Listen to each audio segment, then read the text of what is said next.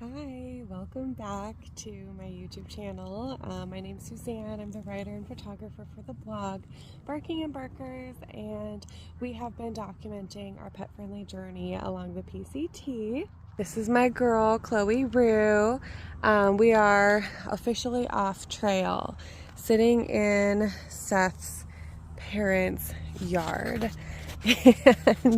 And yeah, we've been crashing in their Airstream for about a week and a half until we head over to the East Coast. And that was something we decided while we were on the trail, that we wanted to get a change of scenery. Seth has lived in Oregon his whole life, and he decided it was time for a change. He's not in veterinarian medicine anymore. He is in human medicine and doing his EMT. And I lived in Maine for 3 months, but I absolutely love the East. So we're gonna give it a try, and we said it's gonna be about a year over there.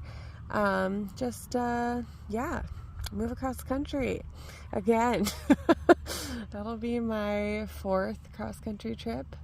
I've done Portland to Portland, I've done South Carolina to Portland, I've done Minnesota to Oklahoma, and Minnesota, Missouri. Yeah, driven all the way along the East Coast as well. Yeah, I've done this a couple times, but at that time I had the tow behind camper, kind of like their Airstream, but now we have a little Red. So Lil Red is currently supporting a Mustang in its journey of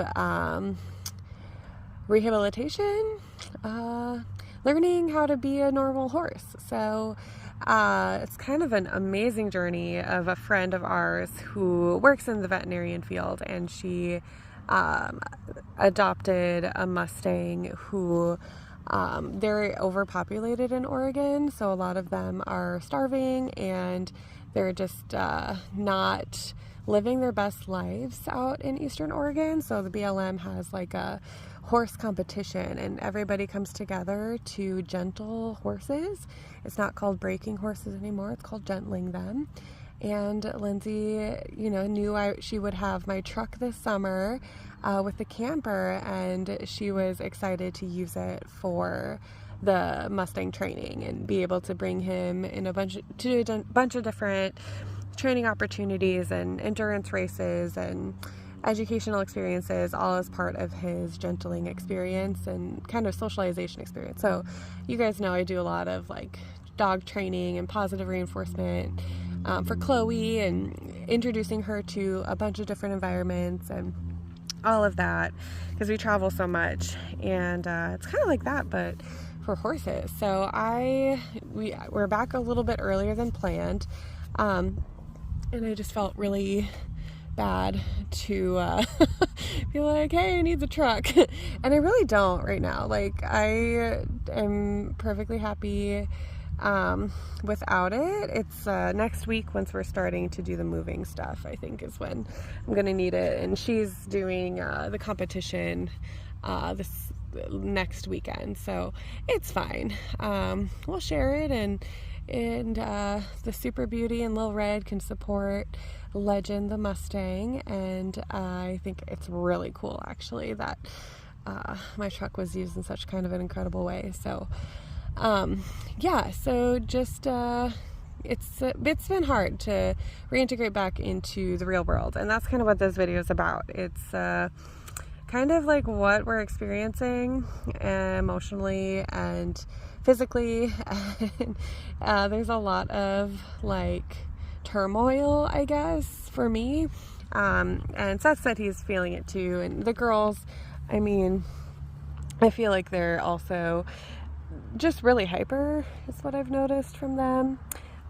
Their prey drive is also just kind of off the charts still, and we're working on it, but it's yeah, it's been crazy. So I did officially shave my armpits and my legs, and now I feel like that means we're actually done. It's crazy how like appearance is so important in society. When you live in the woods, it doesn't matter.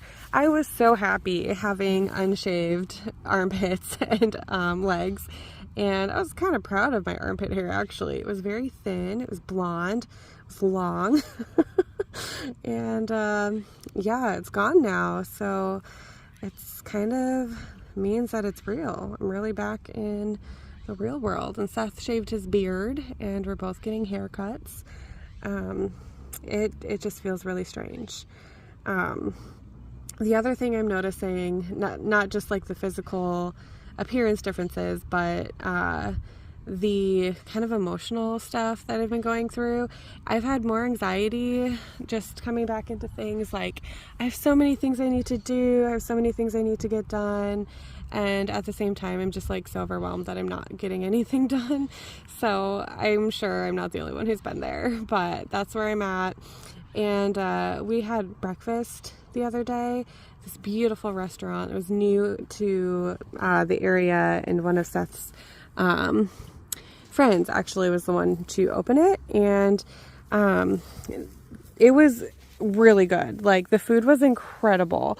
Farm, locally sourced. The gal goes and like forages the berries and a lot of the fresh food that's at this restaurant, and I was just so happy. Everything was so good, and people came to sit down and were asking like 1,010,000 questions, like, what's the food look like? How firm are the potatoes? What exactly are the potatoes seasoned with? It was like, oh my gosh. And like, that shouldn't make me that mad. That's just people sometimes. But it was just the level of like shallowness that was involved in that whole just looking at people and that whole conversation. I was embarrassed for this person, but also just kind of embarrassed as a human. Like, I mean, and I know I have a different perspective on food because I've gone, days with cold soaked ramen and potatoes, because especially that Grizzly Peak area, when we almost ran out of food, we had our last bag of oatmeal that we shared right before we walked into town. And we were so hungry, and we were nervous because it was scary to almost run out of food. And yeah, it was my first week. I didn't know what I was walking into in regards to snow. Like, that was the week that we should have turned around. We should have gotten away from that snow, but we didn't. And I now appreciate food more than I ever have before. And I was just so flabbergasted by this woman, just like asking somebody, it's food, and it was delicious, and it was prepared for us. Like, that is such a privilege. And I just got really mad, and I was not expecting myself to get mad. The other time I got really upset, I was sitting at the park, and this was in Chelan, and Chloe and I were sitting there just kind of like we are now. We're sitting outside, we're just chilling, reading, writing, watching my dog eat flies. It's really fun. But like, so I was sitting there and I watched this lady start a fire using accelerant in an open fire pit when the smoke was like 200 air quality, and the smoke was like everywhere. Not from her fire, from the Canadian fires and the Washington fires. And I was being a trail angel and helping to get hikers out of the fire areas.